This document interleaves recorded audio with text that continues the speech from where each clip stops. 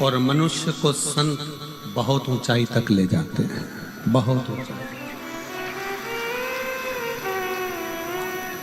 पक्षी को पंख से वो जितना जितना ऊपर उड़ सकता है वो उड़ लेता है। पक्षी का पंख उसको बहुत ऊंचाइयों तक लेकर जाता है। और यदि अच्छे सच्चे संत का यदि सानिध्य मिल जाए, पहली बात तो संत के पास टिकना बड़ा मुश्किल है अगर सच्चा संत है। जितना वो भजन करता है उतना ही डांटता है, कभी कभी गुस्से में आकर गालियां भी खूब दे देता है। अगर सच्चा है तो उसके पास टिकना मुश्किल।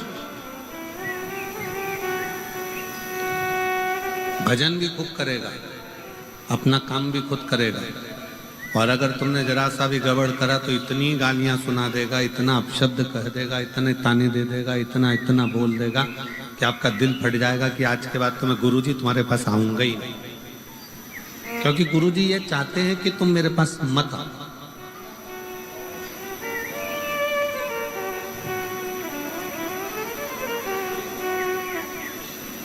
पक्षी का पंख और मनुष्य के लिए संत बहुत जरूरी है।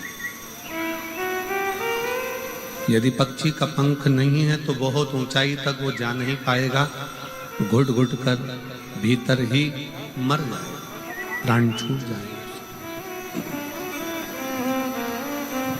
उसी तरह जीवन में मानव के शरीर में, मनुष्य की देह में संत का होना जरूरी है। आप किसी गुरु से जुड़े हो, किसी संत से जुड़े हो, पर जुड़ना भी तो असली से। बहुत कठिन हो गया है असली संत का मिलना।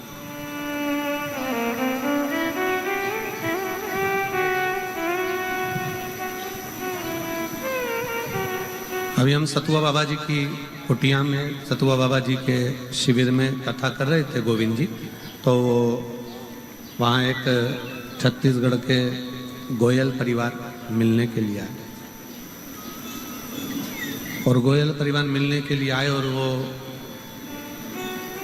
आते से बोले, गुरुजी हमारे हाथ में एक बड़ी सी सोने की अंगूठी थी, उसमें रतन जड़े हुए थे, और एक कोई साधु का वेश रख कर आया और उसने हमारी हाथ में से अंगूठी निकाली और मुंह में रखे और चला गया। हमने उससे कहा तुम हमारी अंगूठी दो, नहीं दी। क्या ऐसे भी लोग होते हैं? हमने गोयल जी से कहा, गोयल जी असली संत की दृष्टि तुम्हारे गोल्ड पर नहीं होती, असली संत की दृष्टि तुम्हारे धन पर नहीं होती, असली संत की दृष्टि तुम्हारी प्रॉपर्टी पर नहीं होती, असली संत की दृष्टि तुम्हारे दिल में बैठे हुए राम कृष्ण और शिव पर होती है कि तुम्हारा भजन कितना।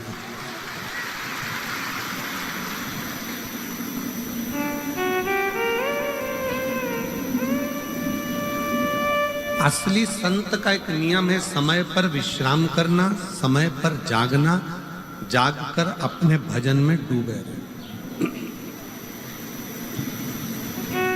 ये दुनिया के प्रपंच में संत कभी नहीं पड़ता। थोड़ी देर यहाँ बैठे, थोड़ी देर वहां बैठे, थोड़ी देर भाग गए, थोड़ी देर उधर आ गए, थोड़ी देर उधर चले।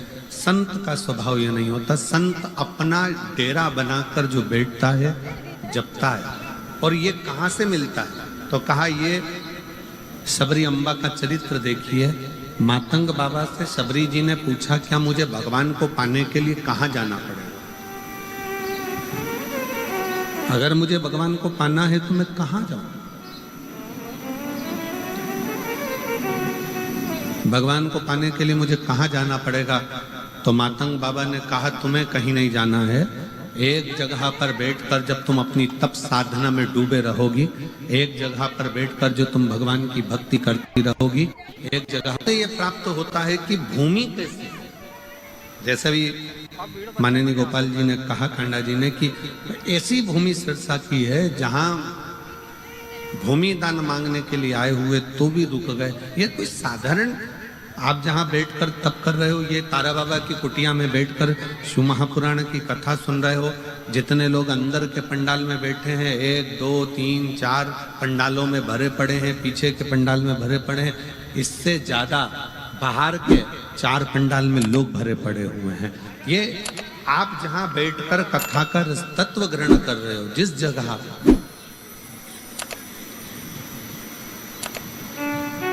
दिल से सुनो, दिल से देता है। हृदय से आपने उससे कुछ कहा, वह हृदय से स्वीकार करता है। इसको केवल शिव महापुराण की कथा मत मानो। जैसे यहाँ पर कथा होती रहती है, भागवत हुई, रामायण हुई, अन्य कथाएं यहाँ चलती रहती है, वो कथा हो सकती है, पर शिव महापुराण की कथा कभी कथा नहीं। शिव महापुराण भले वो पोथी के रूप में दिखती हो, शिव महापुराण भले वो कथा के रूप में रहती हो, पर शिव महापुराण कथा नहीं है। शिव महापुराण अपने भीतर शंकर को उतारने का एक ऐसा रसायन है जो हमारे कानों के माध्यम से हमारे अंदर उतर जाता है और हमारे अंदर विश्वास जागृत होकर एक दिन भोले बाबा हमारा कार्य पूर्ण कर ही देते। ये वो तत्व है।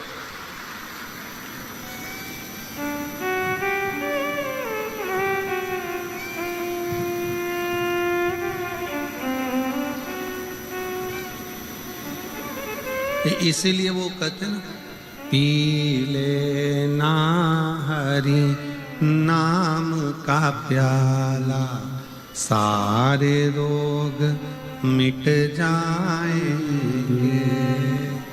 पी लेना हरि नाम का प्याला, सारे रोग मिट जाएंगे। हरि ओम हरि ओम हरि ओम हरि ओम हरि ओम हरि ओम हरि ओम हरि ओम। इन कानों को रोग लगा है रोज चुगलिया सुनने का। इन कानों को रोग लगा रोज चुगलिया सुनने।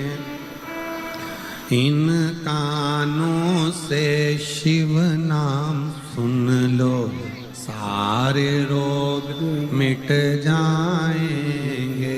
हरि ओम हरि ओम हरि ओम हरि ओम हरि ओम हरि ओम हरि ओम हरि ओम।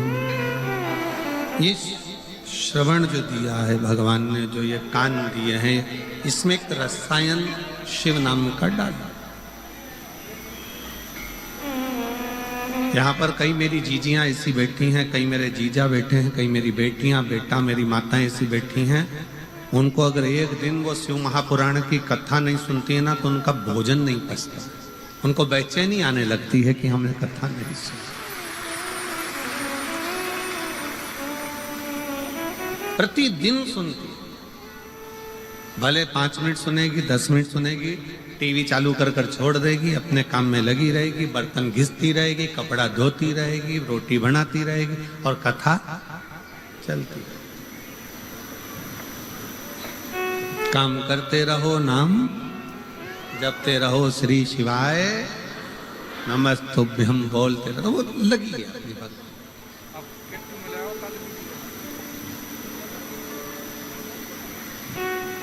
अब तुम एक दिन कथा के बिना नहीं रह पाते, बीच में कथा में 1-2 दिन का गैप हो जाता है तो तुम्हारा दिल नहीं लगता। 4 बार रिमोट लेकर चैनल चेंज कर कर कर देख लेती हो, काय पे आ रहा है वो सीहोर वाला।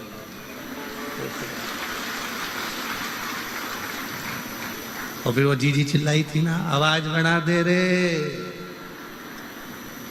बस वैसा ही। अरे बस योर वाले के लगा दे रे। अब बड़ा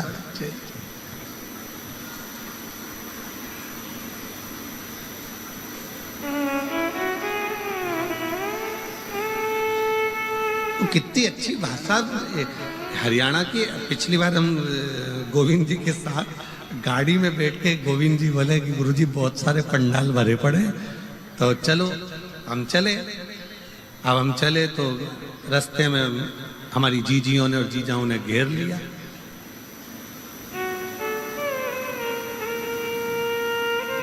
और वहीं से ओटले के पास में से गाड़ी जा रही थी, गोविंद जी के ध्यान में होगा, नीचे से खड़ी होकर एक जीजी चिल्लाई, ओ गुरुजी तू कितने दिन बाद दिखा है? हमने कहा वाह।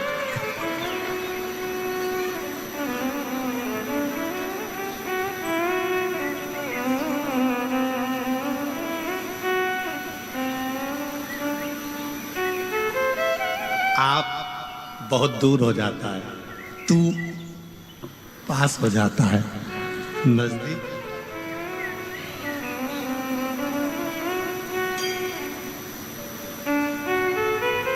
बिल्कुल नजदीक, हृदय की भाषा है।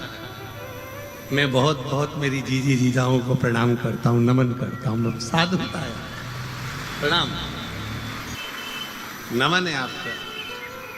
शिव तत्व इसी को, आप शंकर को बहुत दूर ना पाए, आप शिव जी को बहुत दूर ना पाए। मातंग बाबा ने माँ सबरी अम्बा से कह दिया था तुझे कहीं नहीं जाना है, तू यहीं बैठी रहे, एक ही जगह पर जपती रहे, वो आए। एक ही जगह पर जपती रहे, वो आएगा। और तुम्हारे लिए गोपाल जी कांडा जी ने ऐसा कर दिया, तुम्हें कहीं नहीं जाना है, सिरसा में 5 बार तो आना ही पड़ेगा।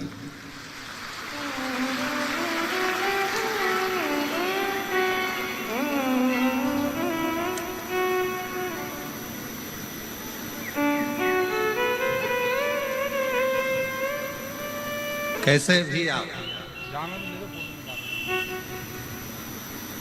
शिव तत्व है, शंकर है। और जब एक स्थान पर बैठकर आप पुकारो तो उसको, मेरे शंकर भगवान ने कभी तुम्हारा चेहरा नहीं देखा, मेरे शंकर भगवान ने तुम्हारे हाथ पांव नहीं देखे, मेरे शंकर भगवान ने तुम्हारा पूरा श्री विग्रह शरीर नहीं देखा, मेरे शंकर भगवान ने तो केवल तुम्हारा दिल देखा। मेरे शिव जी ने केवल तुम्हारा मन देखा, हृदय, दिल। क्योंकि हो सकता है हाथ से भजन हो ना हो, पांव से चलकर तुम कहीं जा सको ना जा सको, इस मुख से तुम भजन गा सको ना गा सको, तुम्हारे श्रवण से तुम कथा सुन सको ना सुन सको, पर दिल एक ऐसा है, मन ऐसा है, उस मन से जिस दिन तुमने शिव को भज लिया, शिव तुम्हारा हो गया और तुम शंकर भगवान के हो गए। फिर बीच में कोई गैप नहीं, कुछ भी।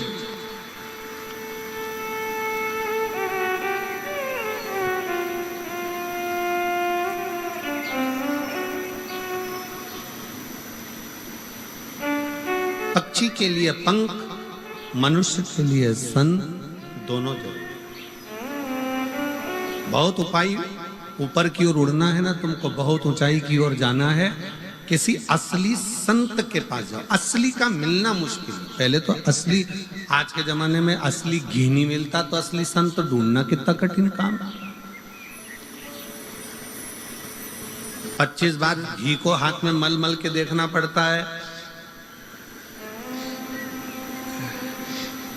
असली है तो तुम खुद सूंघ लो।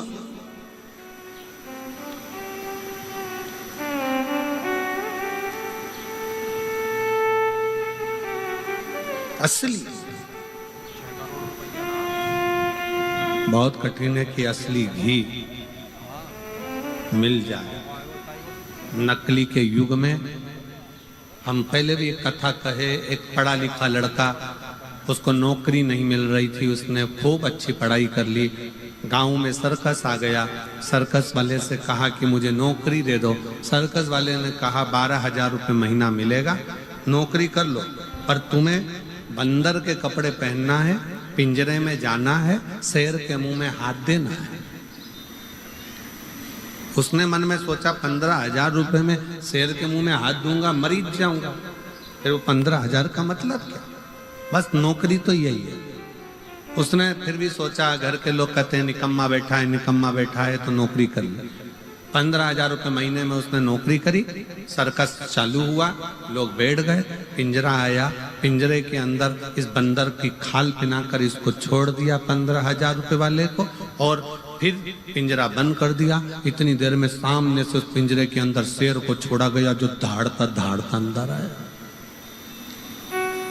जैसे ही शेर दहाड़ता दहाड़ता अंदर आया, अब पिंजरे का मालिक कह रहा है, सर्कस का मालिक आगे बढ़ो, ये पीछे हट रहा है। शेर और आगे बढ़ते जा रहा है, ये और पीछे खसकता जा रहा है। शेर और आगे बढ़ा, ये और पीछे खसक गया। शेर एकदम लपक के बंदर के खाल पहने हुए उस व्यक्ति के पास गया, और उसके पास जाते से ही बोला, घबरा मती, 15,000 में तू बंदर बना है, 18,000 में मैं शेर बनाऊं। क्यों घबराता? यहाँ बंदर भी नकली और शेर भी नकली। इस नकली के युग में असली को पाना कठिन है जी। असली घी नहीं मिलता तो असली संत कहां से मिलेगा? बहुत ढूंढना पड़ेगा। और जब असली संत हमारे पास में रहता है तो हम उसको पहचान नहीं पाते। अरे इतना गाली देगा, इतना अपशब्द कहता, ऐसा बोलता, वैसा बोलता, कैसा रहता है, इसके पास तो कुछ भी नहीं है, झोपड़े में रहता। आज के जमाने में लोग असली संत उसी को समझते हैं जिसके पास में VIP सोफा लगा हो, बहुत सुंदर ठाठ हो, कालीन बिछा हो, खूब राशि ठाठ हो, खूब लैपटॉप पर काम चल रहा हो, 4-6-8 कर्मचारी पीछे से पंखा झेल रहे हो, थोड़े बहुत चबड़ हिला रहे हो, थोड़े बहुत डंडा फंडा पकड़ कर चल रहे हो, 1-2 छतर पत्थर पकड़ के चल रहे हो। आज के जमाने में लोग समझते हैं असली बस यही है, पर देखा जाए तो असली तो किसी कंदरा में बैठकर राम नाम, कृष्ण नाम, शिव नाम जप रहा होता है, जिसके जीवन में छल प्रपंचता नहीं होता। एकांत। ये तारा बाबा जी की जो कुटिया है ना, हमें तो यहाँ पर जो मकान बने दिख रहे हैं, हमारा विचार कहता है, हमारा मन कहता है कि यहाँ पहले मकान नहीं था। हमारा मन जो कहता है कि पहले यहाँ हो सकता है कि गांव का बाहर का स्थान होगा, जंगल होगा, खेत खलियान हो गए, खाली स्थान होगा। क्यों गोपाल जी, गोविंद जी? ठीक है, एकांत स्थान, क्योंकि वो दिखावे से दूर है। उसकी अपनी छोटी सी झोपड़ी, एक मकान छोटा सा, जिसमें बैठकर आराम से जो आगे या कुछ खाकर चले जाओ, पानी पी लो, राम नाम, कृष्ण नाम, शिव नाम जपते रहो और अपना भजन करते।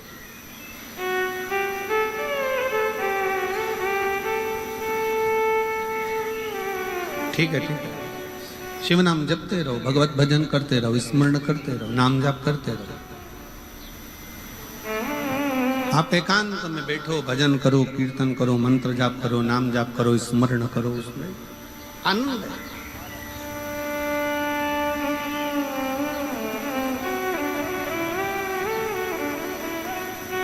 आज के जमाने में हमने उसी को मान लिया कि जो बहुत ज्यादा दिखावा करे, बहुत सारा छल करे, बहुत सारा दिखावे में डूबा रहे, हम सोचते हैं ये ओरिजिनल है, ये असली है। पर नहीं, असली संत वो होता है जो भगवान की भक्ति में खुद भी डूबा रहे, और आप जब उसके पास में जाओ तो वो आपको कहीं देवालय, शिवालय, मंदिर, भगवान की भजन में डुबा दे और कह दे कि शिव के भरोसे रहो, राम के भरोसे रहो, कृष्ण के भरोसे रहो, संसार के भरोसे मत रहना। संसार के भरोसे रहोगे तो एक दिन धोखा खा जाओगे, पर भोलेनाथ के भरोसे रहोगे तो धोखा नहीं खा।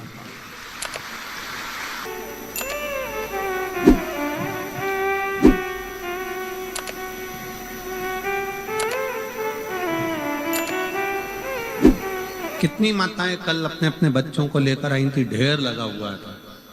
देखकर हमें इतनी खुशी हुई कि मेरे भोले बाबा ने इनकी गोदी में कम से कम लाल तो दे दिया।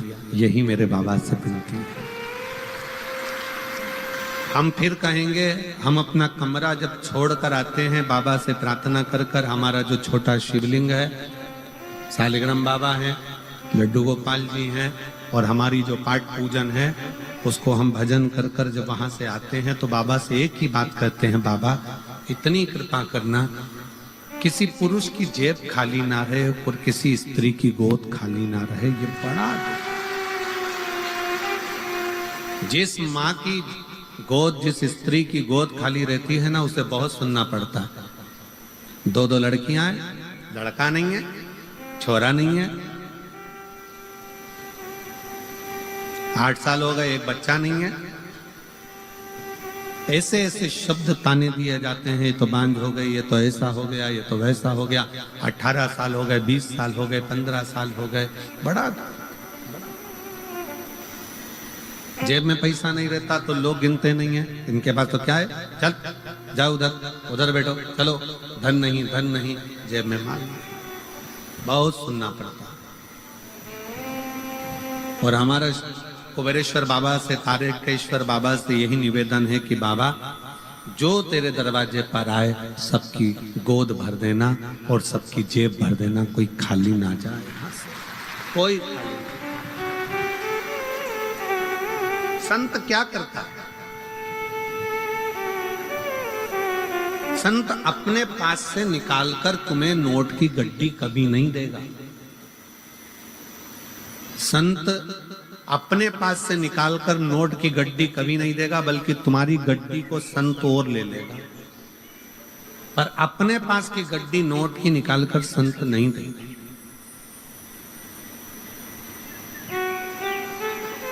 तुम्हारी गड्डी को ले लेगा। क्यों लेगा? कि तुम दोगे तो वो कहीं भूखे को भोजन कराने में, प्यासे को पानी पिलाने में, कोई आया उसके पास में तो उसको कुछ मुख मीठा कराने में, तुम्हारे धन का सदुपयोग कराकर तेरे घर में भी मिठाइयां बढ़ती रहे, इस भाव से वो तुम्हारे धन का प्रयोग कर लेता। असली संत तुमको नोट की गड्डी भी नहीं देगा, असली संत तुमको आशीर्वाद भी नहीं देगा। कभी भी असली संत ये नहीं बोलेगा कि मैं तुझे आशीर्वाद देता हूं, तेरे साथ ये हो जाए, मैं तुझे वचन देता हूं तेरे साथ, ना। असली संत तो केवल अपने भजन में लगा रहता है और देखता रहता है, ये बहुत चतुर है, सेवा कर रहा है, काम कर रहा है, ये इधर झाड़ू लगा रहा है, पोछा लगा रहा है, ये बिस्कुट बांट रहा है, ये टॉफी बांट रहा है, ये पानी पिला रहा है। असली संत केवल देखता रहता है और उसके भजन की जब दृष्टि एक साधारण से व्यक्ति पर पड़ती है तो उसको देने की जरूरत नहीं पड़ती, उसका कल्याण असली संत स्वयं कर देता। वो वचन भी नहीं देगा, वो कहेगा भी नहीं कि तुम्हारे साथ ऐसा हो जाए।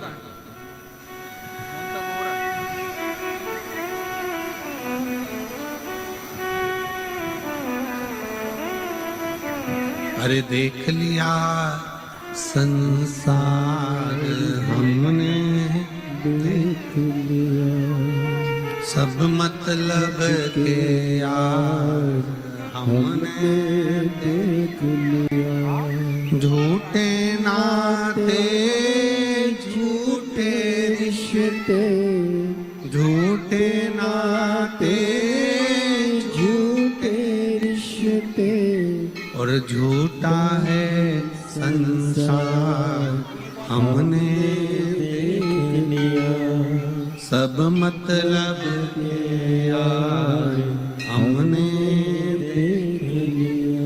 देख लिया संसार हमने देख लिया। असली संत ना आपको वचन देता है, आशीर्वाद देता है, ना कुछ कहता है।